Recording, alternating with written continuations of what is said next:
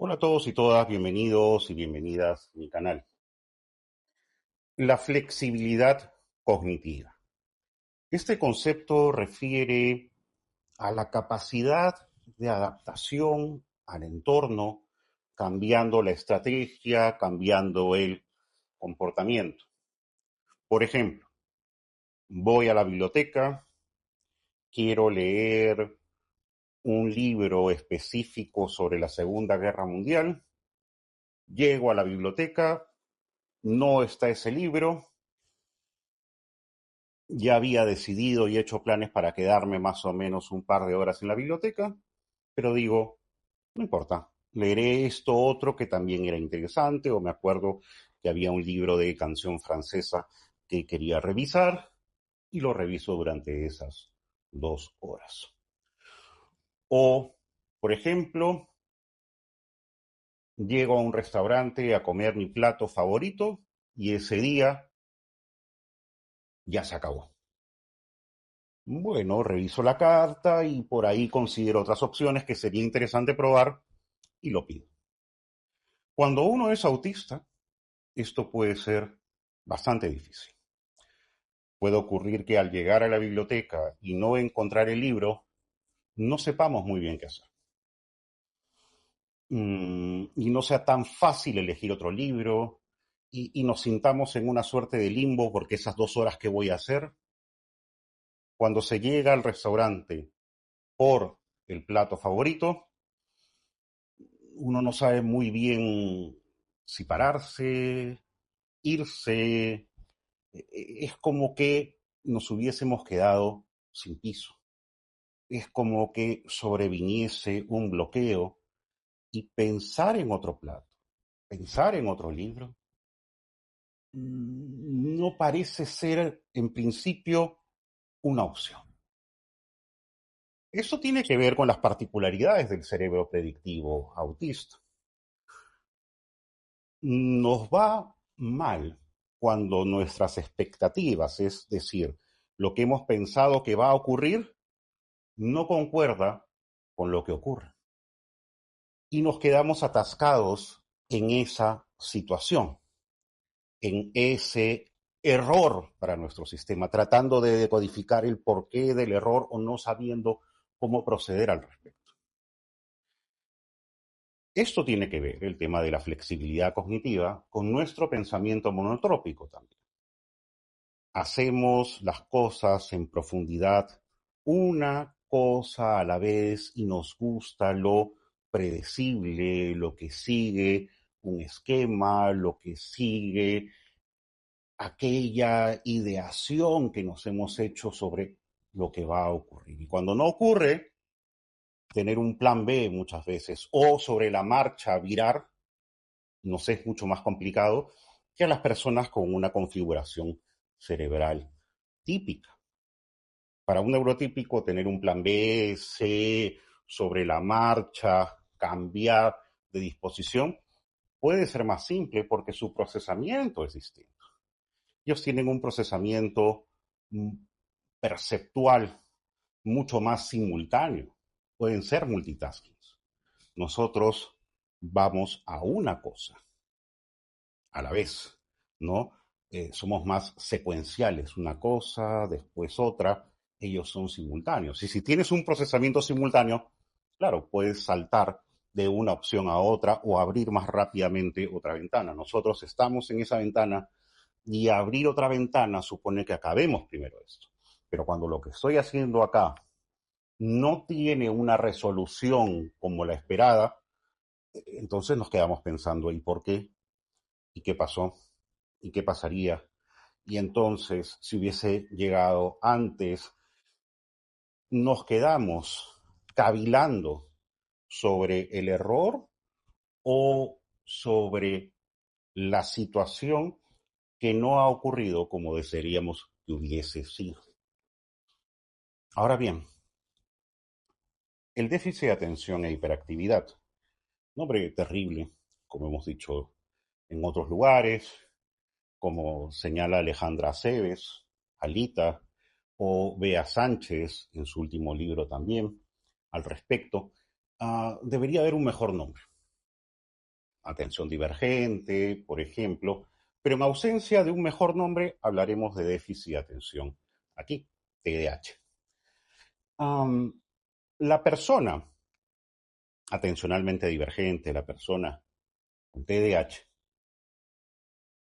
tiende a ser más multitasking o puede ir de una tarea a otra. El tema con ellos es la constancia en esa tarea. El cerebro TDAH produce menos dopamina. La dopamina es aquel neurotransmisor asociado con la sensación de placer cuando estamos haciendo algo. Entonces, yo estoy haciendo algo que me gusta, se produce dopamina, hay un efecto de placer al respecto y eso tiene que ver con un interés. Si tengo menos dopamina, me motiva menos lo que estoy haciendo. De esta manera, una persona TDAH, si el tema le interesa, puede hacer un hiperfoco. Distinto al hiperfoco autista, porque no hay necesariamente un procesamiento en detalles, búsqueda de patrones e hipersistematización, pero un hiperfoco. No es que las personas TDAH no se concentran y muy bien en las cosas que les interesan y les gustan. Ahora bien, si el tema no es del todo interesante, dado que no hay una producción de dopamina que me estimule a permanecer ahí, voy a buscar otro estímulo y otro estímulo y otro más. Voy a ir buscando dopamina en los estímulos, buscando aquello que sea placentero y concite mi interés. Si esto no ocurre, claro, no podré permanecer allí. Entonces puedo ser multitasking en la medida en que pueda permanecer en ese estímulo si es que me parece interesante. La coocurrencia de autismo y déficit de atención. Cómo un procesamiento monotrópico se une a un procesamiento secuencial, pero a la búsqueda siempre de el interés.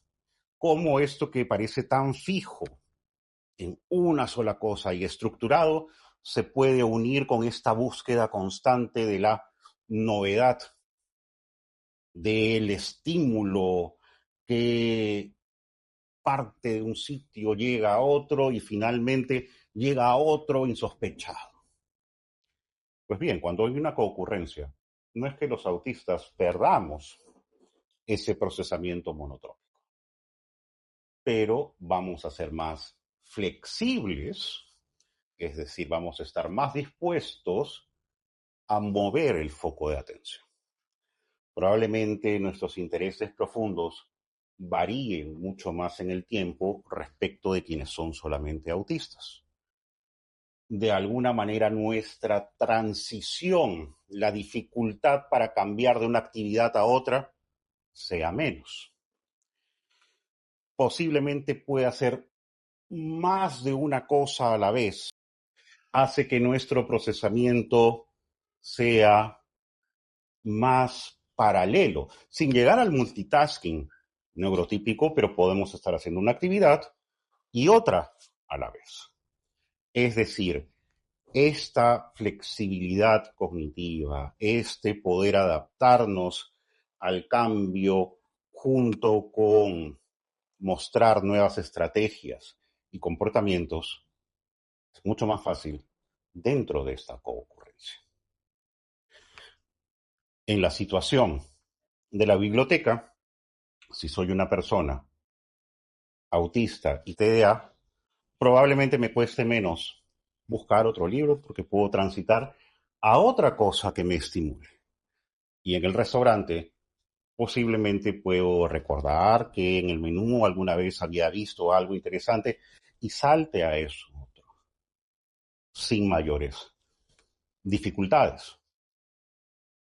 Sin mayores dificultades respecto a la persona que solamente es autista. Es decir, mi tiempo de bloqueo frente a aquello que no ha ocurrido como yo quería que ocurriese es mucho menor. Esto, que parece un encuentro feliz entre el ser autista con lo atencionalmente divergente, entraña también una dificultad un problema que deben tener en cuenta todas aquellas personas que tienen esta coocurrencia. La coocurrencia es alrededor del 40%, aunque según los autores muchos hablan hasta del 80%. Pero quedémonos en una cifra conservadora, como el 40%. Es decir, es algo que ocurre con frecuencia. Entonces, los autistas de por sí somos muy perfeccionistas. Nos exigimos mucho, nos sobreexigimos. Y claro, cuando es un tema en profundidad, entramos con una exigencia muy grande en un tema. Pero si soy autista, atencionalmente divergente, probablemente no sea un solo tema en el cual esté en el foco de atención. Sean dos, tres, mayores sobreexigencias, mayor estrés, mayor cansancio, pese a que me gusten, pero hay mucha probabilidad de quedar abrumado, exhausto, quemado por la sobrecarga impuesta de mantener varios temas simultáneos y querer hacerlos con la profundidad y la perfección que nuestro cerebro autista demanda. Así que hay que tener cuidado. Podemos adaptarnos más flexiblemente si tenemos en concurrencia un tema de déficit de atención, por supuesto. Pero al mismo tiempo podemos sobreexigirnos mucho más y ese es el lado posiblemente peligroso que hay que tener en cuenta y a raya. Por eso es importante no creer ni solamente que esto es algo, pues, soy autista, déficit de atención, y las dos cosas, pues, aparecen, digamos, una después de otra. Esto interrelaciona e interconecta en nuestro procesamiento cognitivo y tenemos que reconocer aquellas partes que pertenecen al autismo con aquellas partes que pertenecen al déficit de atención y cómo se entrecruzan principalmente dentro de una mayor flexibilidad cognitiva, dentro de una necesidad de búsqueda de más intereses y probablemente desde una mayor sobreexigencia. Entonces hay que conocerse, hay que conocer el neurotipo y hay que conocer cómo nuestros neurotipos intersectan en nosotros para buscar la manera de mantener siempre nuestro bienestar. Esto es lo que quería conversar con ustedes el día de hoy y con ustedes será la próxima semana.